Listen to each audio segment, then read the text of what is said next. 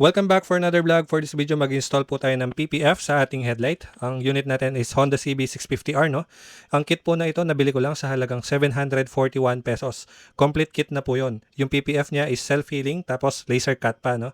Bale, wala na po kayong ibang kakailanganin maliban sa tubig. So ito, pinrepair ko na yung motor, no? Tinakpan ko yung ibang parts para hindi mabasa. And then yung sa tubig, no? Ito po yung gagamitin natin, distilled water. Bali, ni-refill ko lang po itong kasamang spray bottle and ready na po tayo. So ayan, lilinisin lang po natin yung ating lens.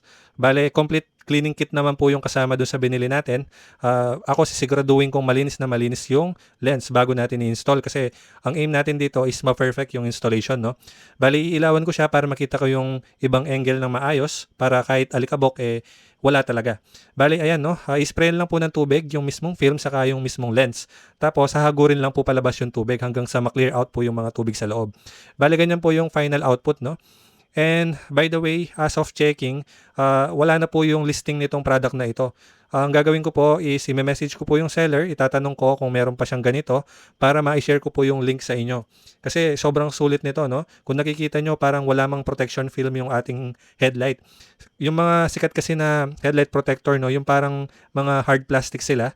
Tapos pagka nilagay, parang may mounting sila na parang Mentos kung titignan. So ito po, sobrang linis. Parang wala talagang nakalagay. Kumbaga, ito yung pinaka the best na protection film sa headlight nyo.